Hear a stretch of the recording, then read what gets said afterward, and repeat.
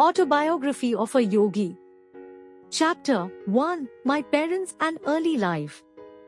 The characteristic features of Indian culture have long been a search for ultimate verities and a concomitant disciple-guru relationship. My own path led me to a Christ-like sage whose beautiful life was chiseled for the ages.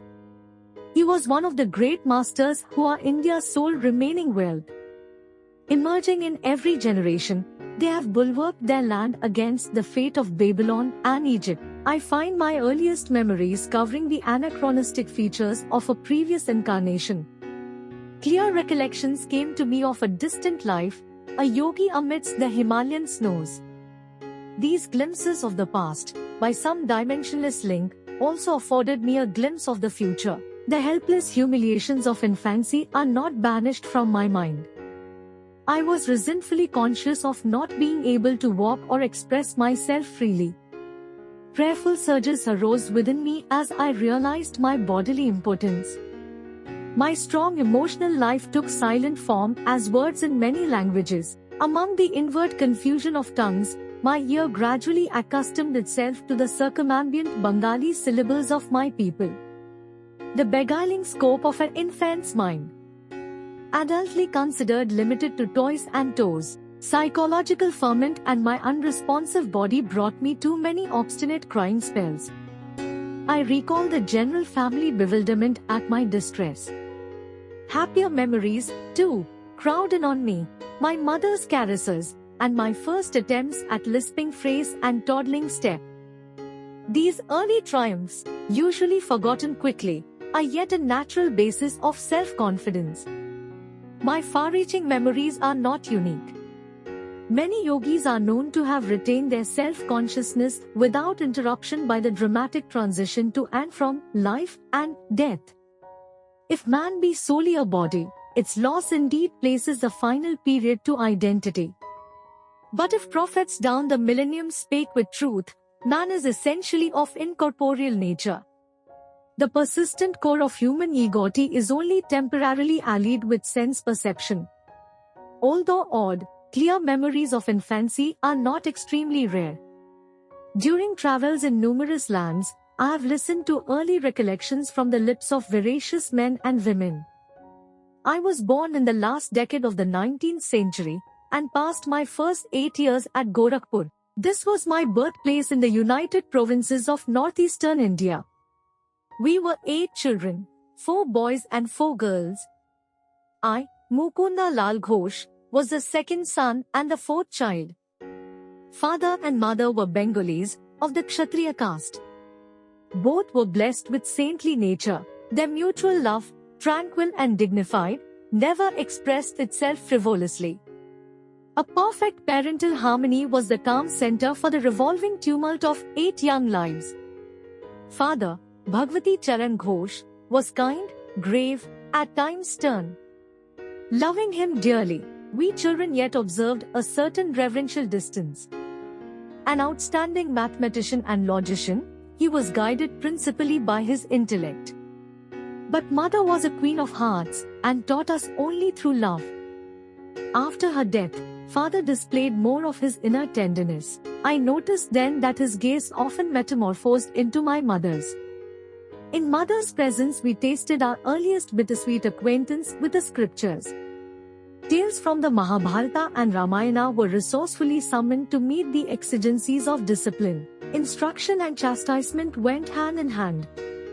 A daily gesture of respect to father was given by mothers dressing us carefully in the afternoons to welcome him home from the office.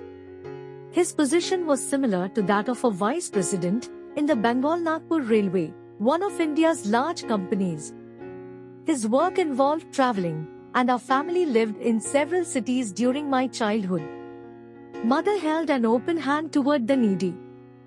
Father was also kindly disposed, but his respect for law and order extended to the budget.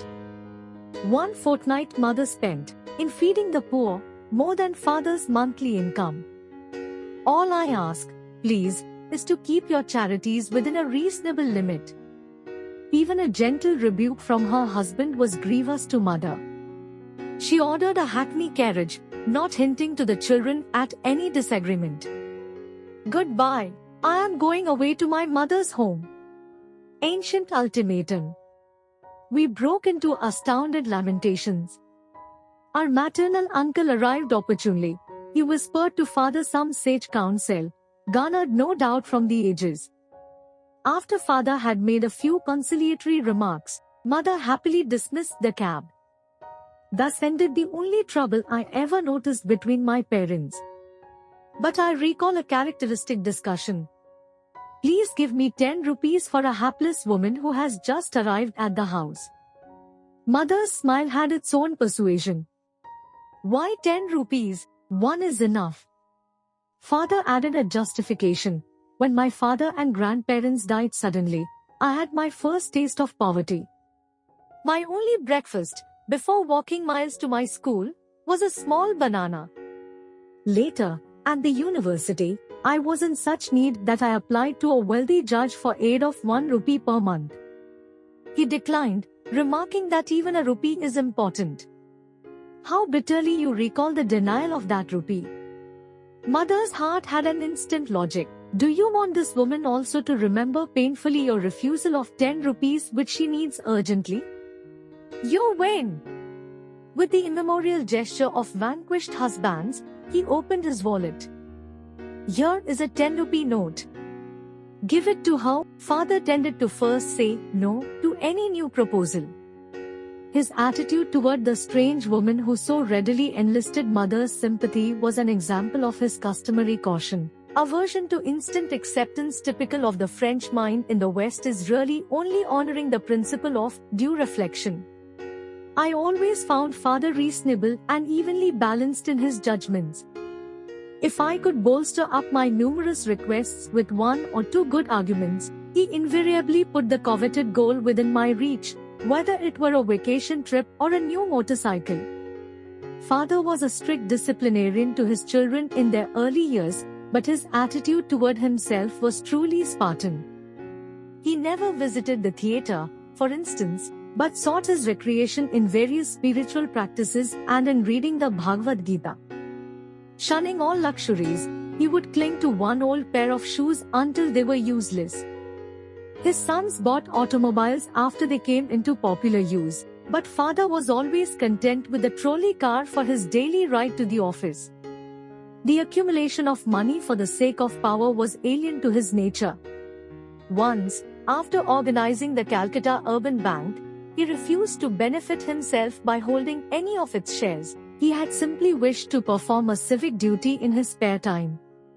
Several years after father had retired on a pension, an English accountant arrived to examine the books of the Bengal-Nagpur Railway Company. The amazed investigator discovered that father had never applied for overdue bonuses. He did the work of 3 men, the accountant told the company. He has rupees 125,000, about $41,250, owing to him as back compensation. The officials presented father with a check for this amount. He thought so little about it that he overlooked any mention to the family. Much later he was questioned by my youngest brother Bishnu, who noticed the large deposit on a bank statement. Why be elated by material profit? Father replied, the one who pursues a goal of even-mindedness is neither jubilant with gain nor depressed by loss.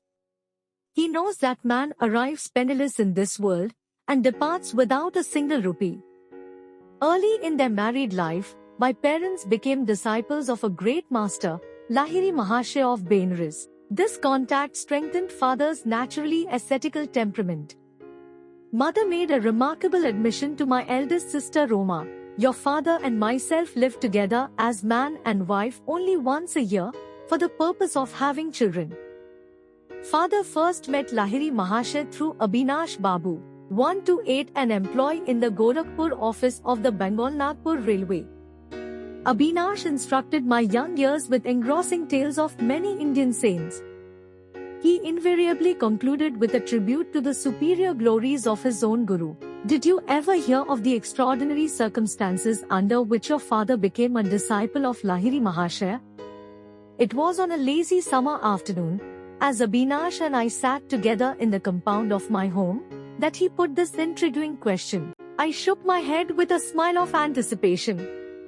Years ago, before you were born, I asked my superior officer, your father, to give me a week's leave from my Gorakhpur duties in order to visit my guru in Benares. Your father ridiculed my plan. Are you going to become a religious fanatic? He inquired. Concentrate on your office work if you want to forge ahead. Sadly, walking home along a woodland path that day, I met your father in a palanquin. He dismissed his servants and conveyance, and fell into step beside me, seeking to console me. He pointed out the advantages of striving for worldly success. But I heard him listlessly. My heart was repeating, Lahiri Mahashaya, I cannot live without seeing you. Our path took us to the edge of a tranquil field, where the rays of the late afternoon sun were still crowning the tall ripple of the wild grass. We paused in admiration. There in the field, only a few yards from us, the form of my great guru suddenly appeared. Bhagwati, you are too hard on your employee.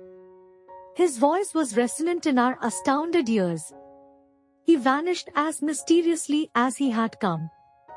On my knees I was exclaiming, Lahiri Mahashaya.